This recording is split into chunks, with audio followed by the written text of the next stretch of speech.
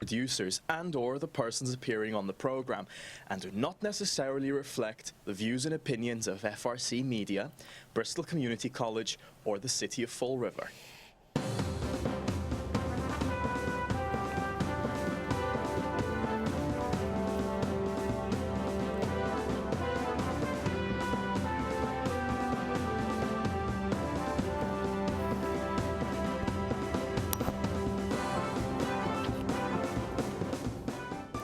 Well, hello. Welcome to Spindle City Straight Talk. I'm Chip. And I'm CJ.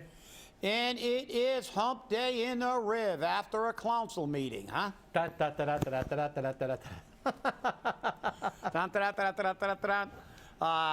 And we have a little, I don't know, you want to, Governor Baker's vape ban stands, but judges outline conditions. So Well, this is affecting a lot of businesses, and there are many. Fall River has several businesses that are just about vaping. yeah. And in a ruling critical of how Governor Charlie Baker went about banning the sale of all vaping products for 4 months, a Superior Court judge on Monday allowed the administration's full ban to stay in effect, but only until next week unless changes are made. The ruling left the governor's ban on marijuana vaping products untouched, but Judge Douglas Wilkins gave the administration until Monday to reissue the ban on nicotine vaping products as an emergency regulation. The change in approach would force the administration to write a small business impact statement and hold a public hearing no later than December 24th under state law. The duration of the ban would also be limited to 3 months, expiring on Christmas Eve, unless a hearing is held to extend the ban. There is no harm to the public and no legally cognizable harm to the defendants if the court order gives the opportunity to enact an order as an emergency regulation. This is going to put some businesses out of business.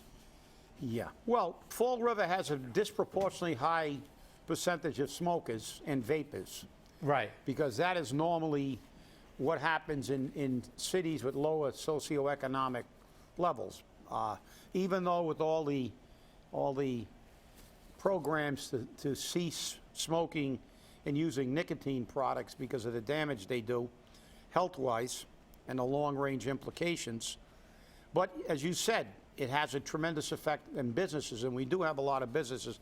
But the judge, of course, is still giving him, because judges don't really squash politicians too much, especially governors, so he gave him an out.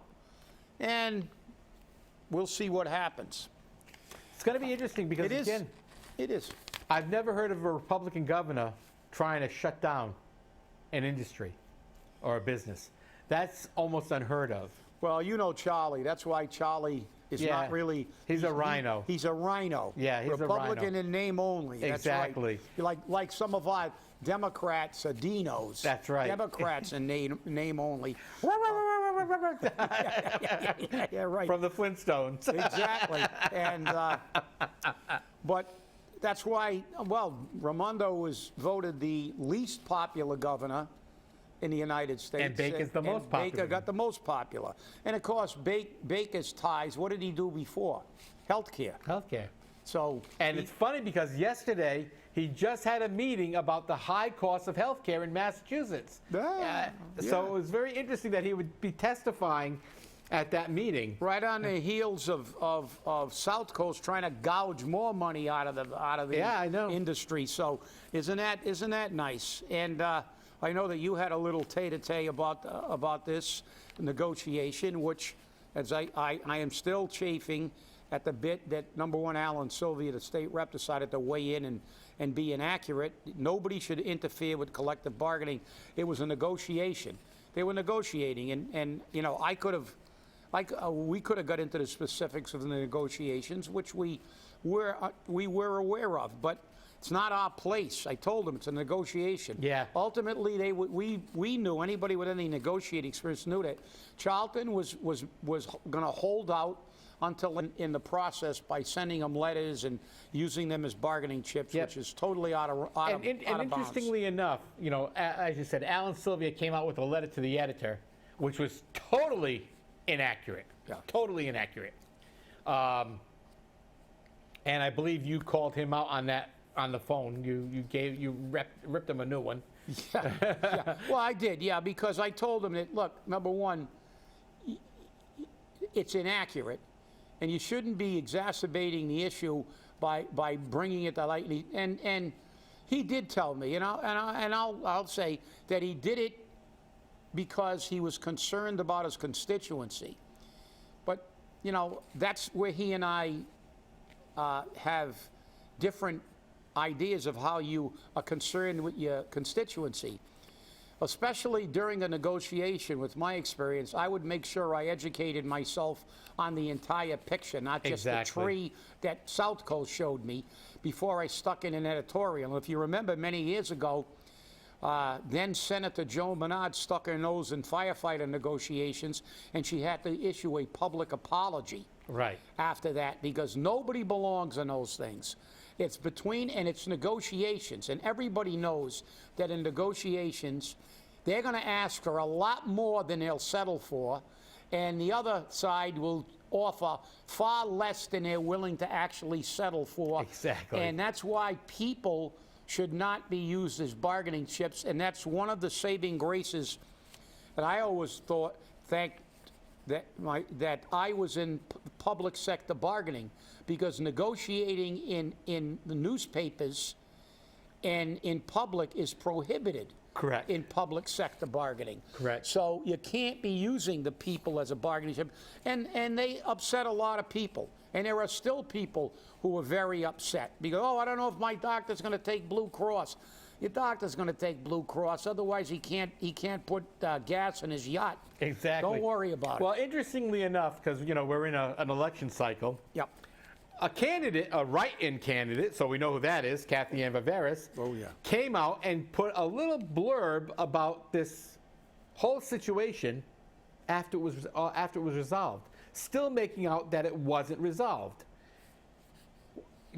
Are you listening to your own negotiating people? Are you listening to what? Well, remember, she saved all the money, so she knows everything. So apparently she wasn't listening.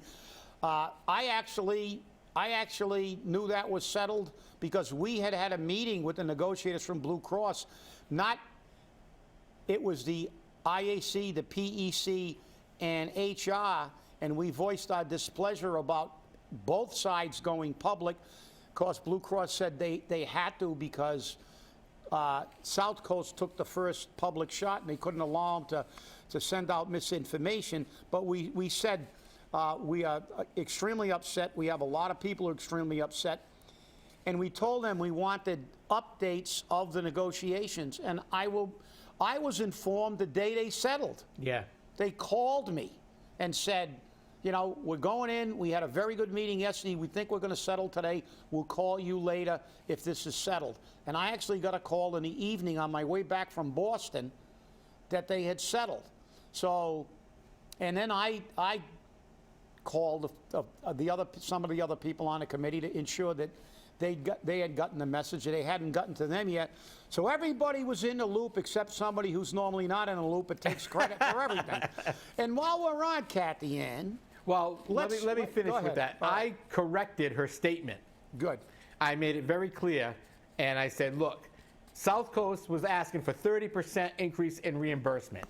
That wasn't going to happen. They were gouging you. The state average is 12, by the way. Right, exactly. And all of a sudden, people are starting to come out with other statements with Kathy Ann about other issues, like the rail trails. That's what I wanted you to clarify, because I called you yesterday, because I know that you do speak to Erica Scott Pacheco. Correct. And she posed some questions to the candidates about the rail trail, and Kathy Ann, in her usual sense, spun this in her favor, saying that she had the answer, and this is why that she wants to debate her opponent, and so Kathy Ann said that she's going to go to the city council if elected. She's going to go to the city council and ask them to rescind the easement. The city council can't rescind the easement. They've been told this already by Joe Macy. They've been told this by realtors. And even you've got 2 or 3 realtors on the city council. You've got Cliff Ponte, you've got Pamela Liberté-LeBeau, you've got Brad Kilby, who's an attorney. They all know you can't rescind an easement. The easement is deeded. That means that the person who got the easement has it in their pocket. Only they can deed it back to the city of Fall River. And that's what has to happen, and they're not going to do that. Forgive me, but am I incorrect in assuming that when Joe Macy said that, our crack financial team was sitting in the room? Yes, they were. So apparently, Kathy can't remember anything, just like she couldn't remember that we beat the city when they took over $1 million out of our trust fund and put it in their trust fund. And she went in front of the council a few years back and said that was just the employees paying down their trust fund because it was getting too large. And I had to go up at the next meeting and correct her. And she just sat there looking like she got hit in the face with a crap pie because she knew that she lied. So apparently, apparently her credibility is waning if people slowly look at what she's done. Like, isn't it amazing that she decided that the harbor master, which had always been volunteers and then became a part-time position, that it absolutely had to become a full-time position with benefits. And does my memory serve me right, but is there somebody that has a relationship with Kathy, the harbor master? I believe so. I believe it's her boyfriend. Wow. Imagine No that. wonder it needed to become a full-time job. So let's see who else we can pay. Well, wait. Now, that's also can be an ethical violation. So maybe it's time for somebody to file an ethics complaint against her. You know, let's do this the right way. Maybe, yeah, and maybe we can then figure out why our government, we're getting back into one of my near and dear subjects, how they have special treatment. They don't need to get a sticker. They're still paying Steve Camara. Yep. He shouldn't even be sitting in the council. He was elected with fraudulent nomination papers. Yes. He did not live in Fall River. They should recoup every dime that he got in salary. So what is he doing still sitting in the chair? Now because he changed his address now, a week or so ago, now he's a legit councilor? No, he shouldn't have been in that seat. When he ran for Fall River City Councilor, he was a Westport resident. That's right. He should not be in that seat. And every dime he took from the taxpayers of Fall River should be recouped. Just as you made very clear on the last show that Jazel Correa took a leave of absence and under Chapter 31, that has to be unpaid. Right. And do you notice when Joe Macy made the statement that he could take a leave of absence under the charter, he failed to cite the rest of that section that actually referred to the law? Right. Which says it's unpaid. Because Joe's not, Joe may be a paid hired gun shill for the mayor who's beholden for his job. But he knows enough about law, since he was a judge and he's an attorney, not to say he deserved to get paid, because he didn't say that, did he? No, he did not. He said, under the charter, he can take a leave of absence. Shame on the city council. Shame on the city council for not going to the charter, looking it up, and looking at the law. Because Jazel's going to collect his pay as long as you let him, just like Steve Camara's going to collect his pay as long as you let him. Exactly. And the taxpayers are on the hook. So do your job, because this is really, really disturbing. Well, it's interesting that you say do your job, because yesterday, and Cliff Ponte, as acting mayor, is also responsible for this, so I'm not going to pull any punches. Two that call them ties, but basically they're TIFs, but they're ties, tax incentive exemptions, were granted yesterday for, now, I'm going to shock you with the names, okay? Anthony Cordero, shocking, isn't it? And Bobby Karen. Oh, my God. All right? I'm totally amazed by those two. To make more market rate housing. And where they're putting market rate housing anywhere they can. Now, the Garment Workers Union building across from the post office? Yep. They're going to make that market rate housing. Oh, beautiful. It's right over the Quequechan River. That thing's going to be in the Quequechan River within the next 10 years. Everybody forgot that the Quequechan River used to actually be visible behind that building. You could go in the back parking lot of the International Lady Garment Workers at the time, because my mother, who worked well over 50 years in the sweatshops, used to go down there because they had a health center. And she used to go down there for allergy shots because she had asthma. And when I was a kid growing up, my dad used to park in the back of the building because there was a parking area for the mill, but nobody was in the mill in the evening. So we used to go in the back, and you could walk over and look over the wall and look at the Quequechan River running right through the middle of the city and down. And then, of course, it was covered. But that's an unsafe site to be building multiple-story buildings on. I've even heard when somebody else was looking at buying that there was a discussion about what would happen and how much it would cost to mitigate any danger that's being caused by whatever is underneath that. Like blue mold. Yeah. Or black mold. Or green mold. Or mushrooms or whatever. Or space mold. Yeah. Who knows? Or whatever's growing there. But then again, who are we talking about? Again, we're talking about the privileged class. So both of those multi-millionaire real estate magnates got a TIF to make more money. And they're paying less taxes so they can make more money. Right, and this is my problem with this, okay? And the city council knows this because there's a report out about housing in Fall River, okay? The average income in Fall River is $34,000, with over 60% of the people in Fall River earning less than $24,000. Yeah, and that's family income. And that's family income. Yeah. Market rate housing is starting at $1,000 to $1,500 a month.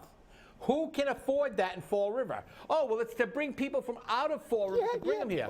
Yeah, but the problem is that those rents there have a trickle-down effect. Now, landlords have to raise their rents as well, because with those market rate housing units comes higher taxes. Higher taxes and higher water bills mean I've got to charge more for rent.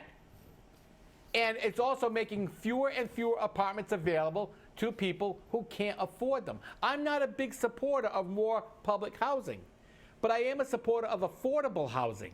There's a big difference in the two of them. Oh, absolutely. And when you've got CDA money going to build market rate housing and only 11 units are for elderly poor, I have a problem when you make 150 units. And only 11 of them are for the... Well, the big money makes more big money. The here's the movers problem. and the shakers and the big campaign contributors make more money. And I have said time and time again, I don't like TIFs.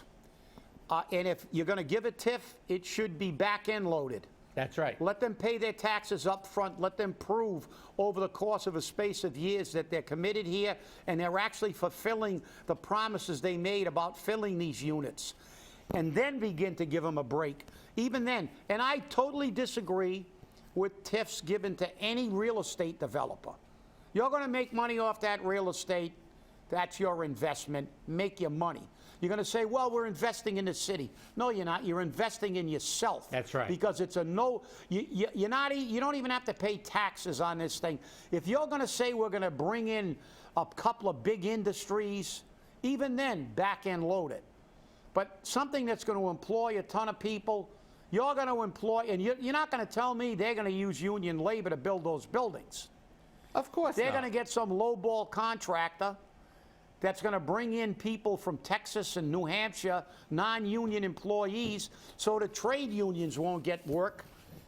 And then they're going to make money. So we're giving them a triple dip. Actually, they're getting a tax break.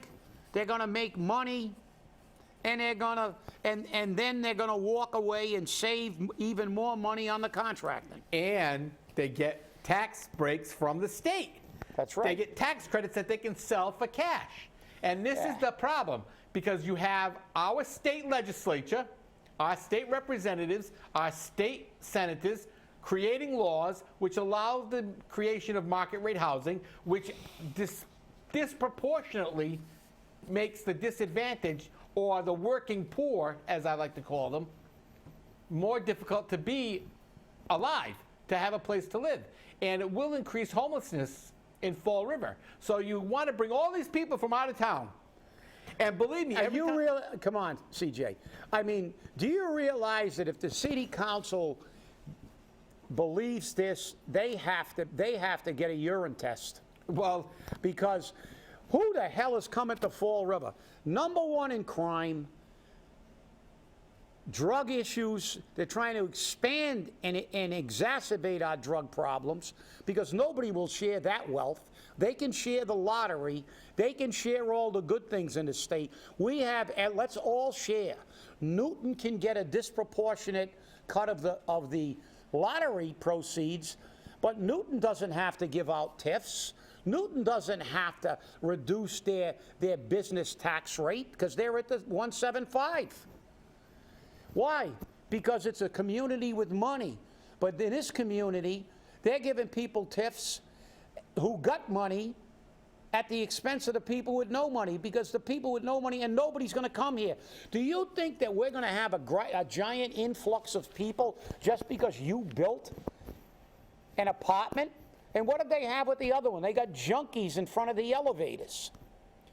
Do you really believe somebody's going to leave Braintree, Newton, to come to Fall River to live? But this is the problem. The reason why with the problems we have to fix Fall River to attract people. If you track the statistics that we used with the school, most of the people who get degrees don't come back. Everybody who gets educated gets out of Dodge. That's because they learned. That's right. They learned enough to get out of Dodge, and they know they can't, this is not the place they want to be. We have to make it the place people want to be. And this is not Field of Dreams. This is Field of Nightmares in this city. Yeah. And that if you build it, they shall come philosophy that the city council uses as an excuse is absolutely, it's Pollyannish at best and delusionary at worst. Here's the reason why the state created these tax incentives for market rate housing. It's impossible to live in Boston, in the greater Boston area. Yeah. The rents are outrageous, $3,000, $4,000 for 1, 2, and 3 bedroom apartments. It's impossible. So what they're doing is they're doing like they do with everything else. They're dumping those people off onto the gateway cities, because these tax incentives for market rate housing are only applicable in gateway cities.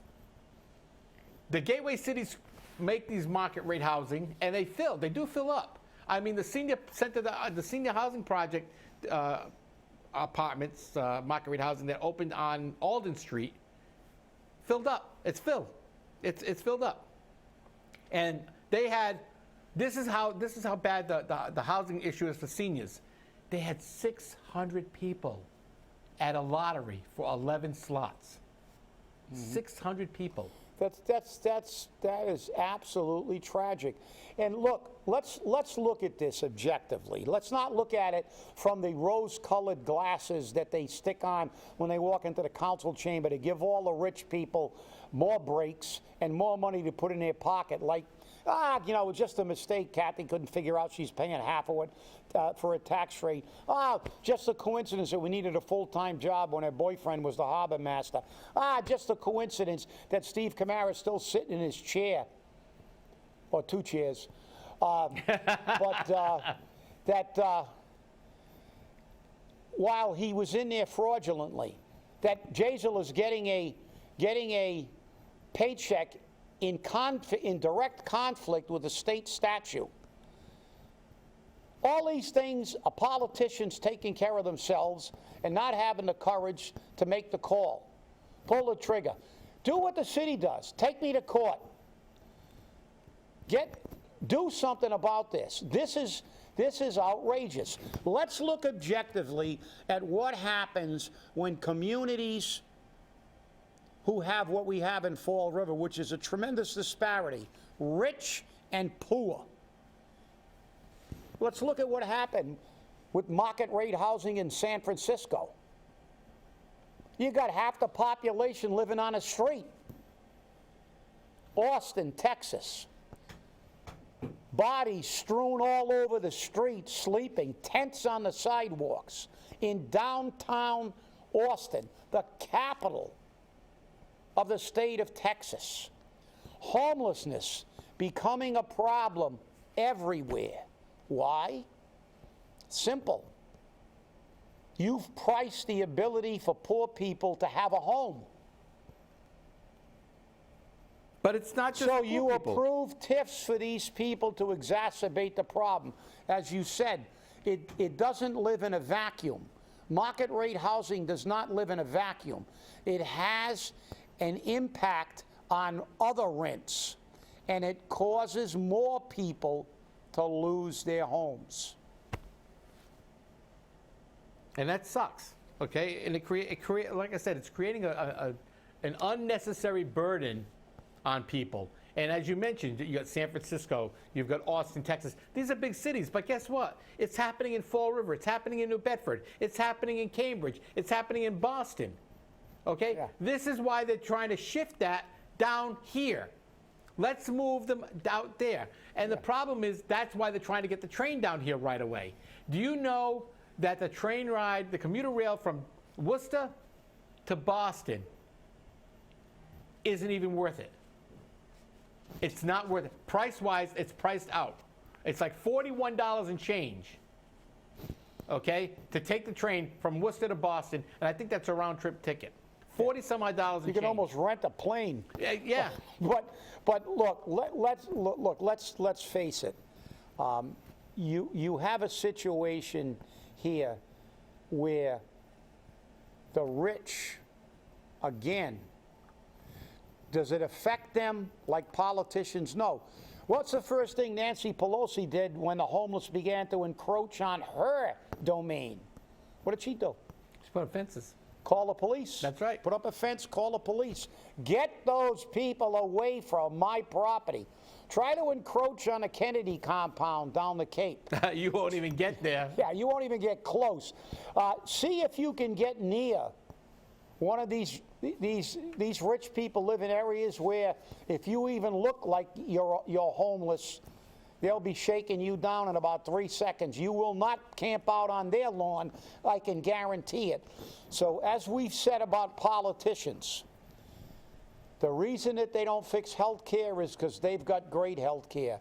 The reason they don't fix homelessness is because they're not homeless, and they will never have homeless anywhere near their properties because they are the privileged class, the rich, the elite, and the politicians, which are sometimes one and the same. Exactly. Because most politicians are not poor. No, well, when you consider the fact that our state representatives are getting $120,000 a year if they serve on one committee in their chair, I mean, come on. Yeah. You know, and who's paying that? You are. You are. That's You are. right. And remember, you're getting people who are going to make money and giving them another break. Just what you need. How about giving us a break, everybody? How about we all get together on November 5th and show them that we want a break? Yeah, clean out the swamp. Come on, drain it now. Let's go. Let's get to it. Let's go. Come on, come on. Hey, thanks for watching, everybody. We'll see you on Friday. Try to have a good day and stay angry. Always.